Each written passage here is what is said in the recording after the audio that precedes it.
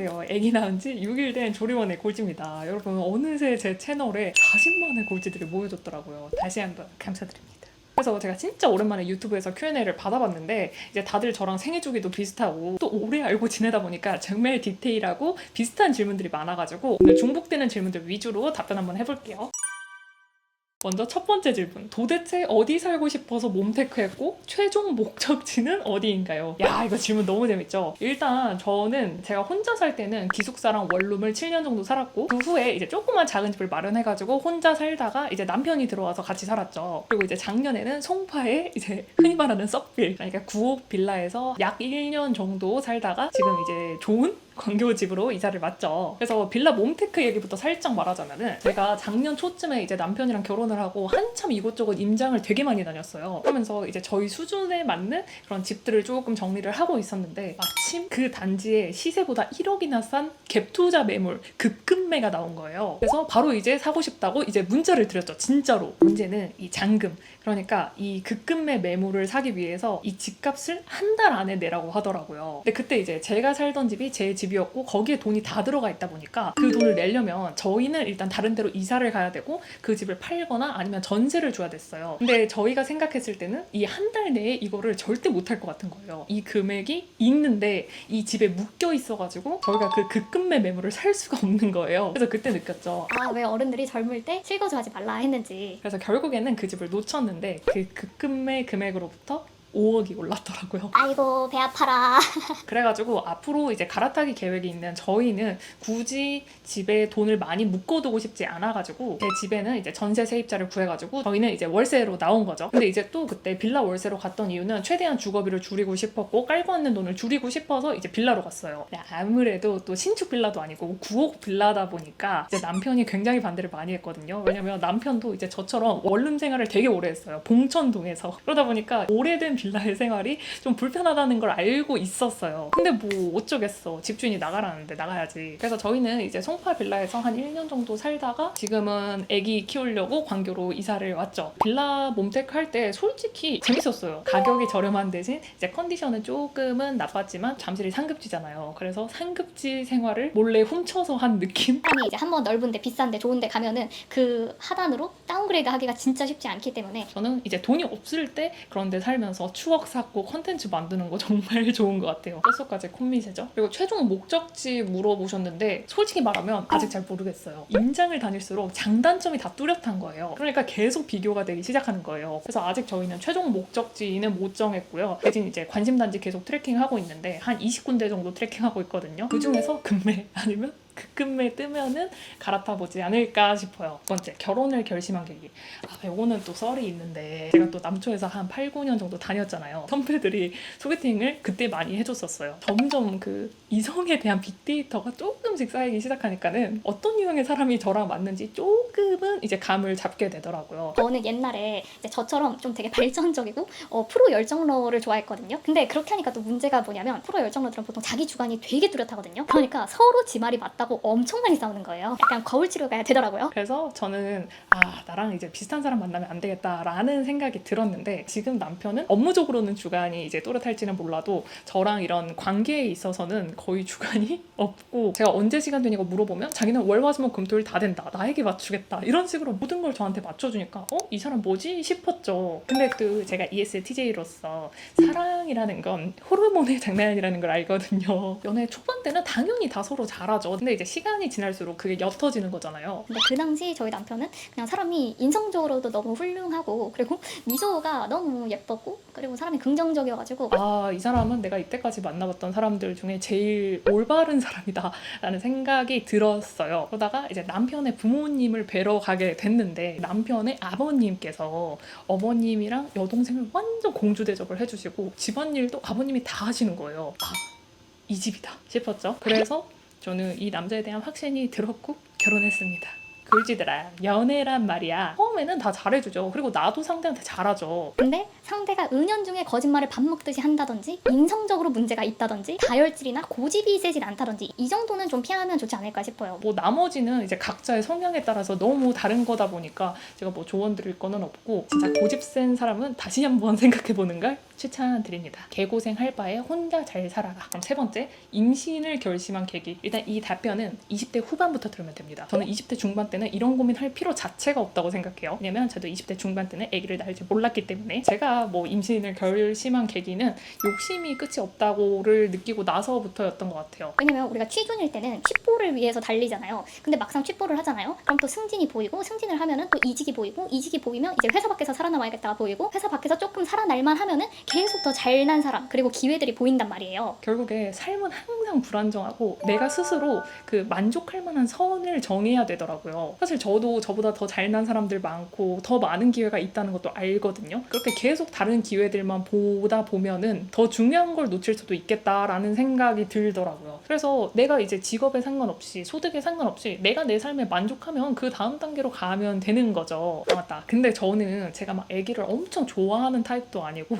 그냥 앞만 보고 달리는 사람이에요, 진짜로. 근데 제가 딱 출산했을 때 아기가 이제 밑으로 나와가지고 선생님이 이렇게 탁 들어서 제 가슴에 이렇게 탁 얹어주는데 너무 신기한 거예요. 어떻게 이 조그만한 존재가 뱃속에서 살았지? 이 조그만한 존재가 내 딸이라니. 되게 신성한 경험을 한 느낌? 그리고 이 조그만 아기가 막 눈이 크고 코가 이쁘고 그런 이쁨이 아니라 그냥 너무 예뻐 보이는 거예요. 그래서 이제 출산을 한 시점부터 부모님들이 왜 이 출산의 고통을 겪고서도 둘째, 셋째를 낳는지 이제 이해할 수가 있더라고요. 진짜 너무 북받쳐 올라가지고 진짜 저 출산할 때 울었잖아요. 저 같은 사람도 너무 심금을 울리고 막 뭉클하더라. 그래서 제가 오늘 조리원에서 어떤 아이의 사랑이라는 교육을 들었는데 거기서 강사님이 그러시더라고요. 사랑은 이해하는 게 아니라 느끼고 깨닫는 것이다. 이거는 진짜 자기가 겪어봐야 이해할 수 있는 겁니다. 남말 듣고 사실 임신하면 안 되죠. 내가 내 스스로에게 이제 확신이 있을 때 하는 건데, 진짜 그 아기가 주는 행복이 다르다는 거를 나보고 진짜 체감했어요. 그리고 이제 남편도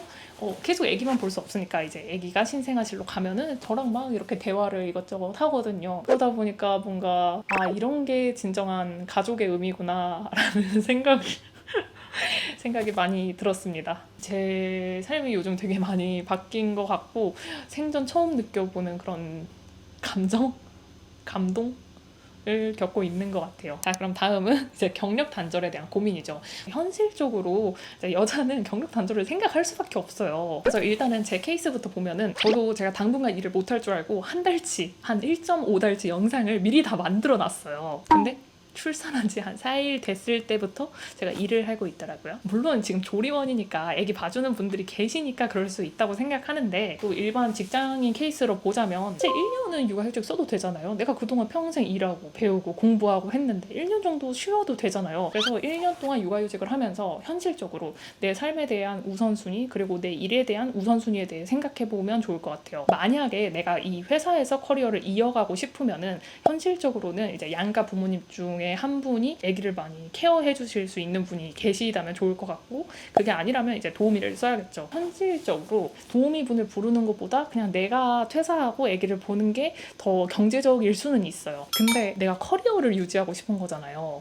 그러면은 그 열정으로 앞으로 월급은 더 올라갈 수 있거든요. 그래서 너무 돈적으로 접근하기보다는 내가 커리어가 정말 중요하다면 도우미를 써서라도 회사 생활을 유지하는 방향이 좋지 않을까. 물론 이제 마음은 아프겠죠. 왜냐면 남들은 이제 엄마가 보는 경우도 많으니까. 근데 또 그렇게 MBTI T쪽으로 생각을 해보니까 사실 저희 부모님도 맞벌이를 하셨거든요. 근데 저는 부모님이 맞벌이를 하셨다고 해가지고 서운하고 속상하고 그랬던 기억은 없어요. 그냥 그게 당연하다고 생각을 했지. 오히려 부모만 미안한 그런 게 조금 큰 것 같아요. 직장인 친구들은 육아휴직을 쓸 수 있는 반면에 경력 단절을 고민하고, 또 프리랜서나 개인 사업자 친구들은 육아휴직을 쓸 수 없고 돈도 안 나오는 반면에 시공간적 제약이 없죠. 그래서 각자의 장단점이 진짜 명확하니까 이번 기회에 혹은 이제 20대 후반 이후로 한번 내 미래에 대해서 생각을 해보면 좋을 것 같아요. 내가 이 회사에서 승진을 하는 그런 커리어가 될 수도 있고 회사 밖에서 내 일을 만드는 그런 케이스도 있을 수 있고 그리고 엄마로서 집중하는 삶이 있을 수도 있죠. 그럼 나는 이 중에 과연 어디 쪽일지 한번 생각해봐도 좋을 것 같고 그리고 또 아기 낳고 나면 또 마음이 많이 바뀔 거예요. 아기가 너무 예뻐서. 그래서 저는 일을 계속 하고 싶어가지고 마침 친언니가 수원에서 육아 중이어서 저는 수원으로 이사를 온 거고요. 앞으로도 계속 일을 하지 않을까 싶습니다. 또 애를 낳고 보니까 세상이 또 다르게 보이는 것 같기는 해요. 그러니까 맞벌이든 외벌이든 절대 뭐가 맞고 뭐가 틀리다 이런 게 없어요. 그냥 각자의 선택이고 다 너무 대단한 엄마들이다 라고 저는 생각을 합니다. 그리고 저도 말은 이래놓고 또 집에 가면은 육아가 너무 힘들어가지고 뭐 잠깐 쉴 수도 있어요. 근데 뭐 잠깐 쉬어도 사실 이제 금전적으로 얘기를 하자면 나라에서 부모급여 월 100만 원씩 나오고 또 뭐 아동수당이니 무슨 수당이니 이것저것들 있으면서 이제 남편도 육아휴직 안 쓰면 남편 월급이, 남편이 육아휴직 쓰면 육아휴직 급여 나오고 주식에서도 이제 하락장만 아니면 수익이 계속 나오니까 먹고 사는 방법은 다 있다고 생각을 합니다. 계산적으로 생각하자면 사실 연애도 안 하는 게 맞고요. 왜냐면 그냥 내 발전하는 데 시간 쓰면 되지 뭐하러 이성한테 시간 쓰고 그렇게 하겠어요. 계산적이고 이런 거는 사랑의 영역에 있어서는 불가능하다고 생각을 합니다. 저 좀 어른이 된 것 같지 않나요? 그럼 다음은 월수익 관리법인데 이거는 신혼부부 돈 합치기 영상에서 다뤘는데 짧게 얘기하자면 일단 저희는 돈을 합쳐서 당연히 관리를 하고 있고 전체에 저희 둘이 돈을 합친 거에다가 고정 지출을 매달 빼고요. 그러면 저축률이 평균적으로 한 70% 정도는 나오는 것 같아요. 그러면 이 70%를 또 반반 나눠서 저축이랑 투자를 하고 있습니다. 근데 이 반반 나눈 이유는 이제 요즘에 주식이 워낙 이제 고평가됐다는 말이 많다 보니까 하락장 오면 죽자 해가지고 50%는 이제 현금성 자산, 예를 들어서 파킹 통장이나 발행어음이나 이런 것들로 가지고 있는데 왜 이렇게 안 떨어지는지. 근데 또 안 떨어져도 이렇게 5대5 해놓으니까 시장에 역행하진 않거든요. 저희 자산이. 그래서 이거는 좀 다행이다 싶습니다. 투자 포트폴리오는 이제 주식 기준으로만 보자면 국내 시장에 한 20% 정도 있고요. 그리고 해외 시장에 80%가 있습니다. 이제 국내 시장은 개별주는 하도 되어서 절대 안 하고요. ETF만 한두 개 정도 하고 미국 시장은 이제 뭐 채권이나 이런 것도 있지만 개별 종목 3가지만 합니다. 이거는 진짜 투자 계좌 기준으로 말씀을 드린 거고 연금저축 계좌나 ISA 이런 건 ETF밖에 못 하잖아요. 그래서 이런 거는 시장 지수를 추종하는 걸 하고 있습니다. 그럼 다음 질문. 엄마 이후 다음 목표. 이거 정말 많은 골지들이 물어봤는데 컨트롤 F로 목표라고 검색해보니까 한 22명이 나오더라고요. 제가 최근에 친구들 인터뷰한 영상 있잖아요. 이거 진짜 꼭 봤으면 좋겠는데 사실 20대 때는 뭐 대학이나 자격증, 승진, 이직 이런 거 할 게 많아가지고 목표를 세우기가 너무 쉬워요. 이제 나이를 먹어가면서 목표랄 게 점점 없어집니다. 그래서 요거는 저뿐만이 아니라 저랑은 달리 좀 잘 나가는 친구들 똑같이 느꼈었거든요. 이 영상에서. 그래서 이 영상 한번 보시면 좋을 것 같고 지금의 목표는 새로운 거는 딱히 없고 그냥 이제 하루하루 즐겁게 나태해지지 않게 우리 가족이랑 지금처럼 행복하게 사는 게 목표입니다. 근데 요거는 사람마다 다른 것 같아요. 목표가 있어야 동기부여가 되는 사람이 있고 목표가 없어도 동기부여가 되는 사람이 있으니까. 근데 저는 20대 때는 목표가 있어야 됐거든요. 근데 이제 30대가 되니까 목표가 없어도 그냥 하루하루 저는 알차게 산다고 생각을 하고 있어요. 좀 재미없네요. 다음 질문. 부지런하게 사는 인생의 원동력. 멋진 뭔가는 없고요. 저는 20살 때 이제 직장생활 시작할 때 과분한 곳에서 시작을 했기 때문에 제가 막내였고 제가 모르는 게 제일 많고 한참 부족했어요. 내가 뭘 모르는 건 사실 당연한 건데 그게 너무 쪽팔린 거예요. 남들은 다 아니까. 모르는 게 있으면 그냥 공부하는 게 습관이 되고 이제 그렇게 하다 보니까 회사에 적응이 되고 회사에 적응이 되니까 이게 노력하면 되는 거구나. 공부하면 되는 거구나. 이게 이제 체감이 되더라고요. 지금도 뭔가 부족하고 모른다고 느껴지면 그냥 인풋 시간을 쌓는 데 시간을 쓰는 게 습관이 된 것 같아요. 그래서 준거 집단이라고 하죠. 내가 속한 그 집단 자체가 되게 중요한 것 같아요. 근데 이 집단은 내가 스스로 선택해서 들어갈 수 있는 거잖아요. 그래서 이 주변 환경을 세팅해보면 정말 좋을 것 같고 그리고 또 멋진 말로는 제가 최근에 본 영상이 있어요. 내가 나를 아끼면 내가 나를 방치하면 안 된다. 나쁜 환경, 아무것도 아닌 자리 모두. 내가 빛나는 자리에다가 나를 갖다 넣어야지. 그 정도 노력은 해야지. 공감합니다.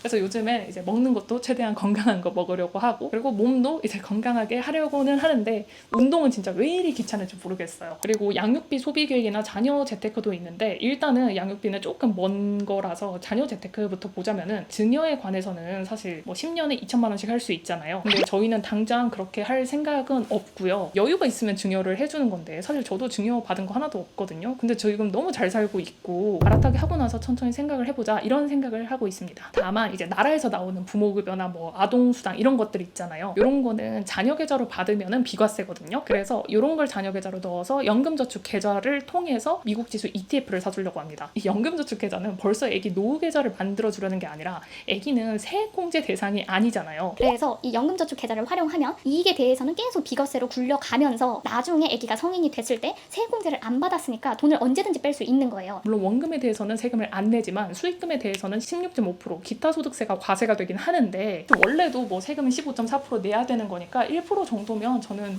할만하다고 생각을 합니다. 그래서 20년 정도 굴리면은 적어도 몇 배는 되어 있을 거라고 생각하기 때문에 이런 수당들을 좀 자녀 계좌로 넣어줄까 생각을 하고 있습니다. 자, 그럼 마지막으로 지금까지 가장 힘들었던 점. 지금도 어떻게 보면 힘들 때예요. 왜냐면 출산하고 나서 5일, 6일밖에 안 됐는데 지금 영상 찍고 있잖아요. 좀 과거를 캐보면 저는 25살 때가 제일 힘들었던 것 같아요. 왜냐면 그때는 건강했던 아빠한테 갑자기 위암이 찾아오고 엄마도 폐경기가 왔는데 아빠 위암으로 인해서 우울증 걸리지. 언니는 수험생활하고 저는 직장이랑 대학을 병행 중이었는데 직장에서는 이제 잘 안 맞는 부서장님을 만나가지고 인정도 못 받고 학교에서는 또 괜히 학생회장 하고 있어가지고 학교에서도 일이 정말 많았어요. 근데 진짜 제가 가진 그 무엇도 포기를 할 수가 없는 거예요. 그래서 그냥 꾸역꾸역 버텼던 것 같아요. 그때 정말 힘들었는데 지금은 이제 그로부터 한 6, 7년이 지났거든요. 그러니까 지금 다 괜찮아지더라고요. 내가 뭘 잘못했지? 이런 생각이 드는데 결국은 다 지나간다. 그리고 이런 경험을 하니까 이제 웬만한 걸로는 멘탈에 타격도 안 가는 것 같아요. 그래서 저 출산하다가 진통이 오는데 진짜 아프거든요.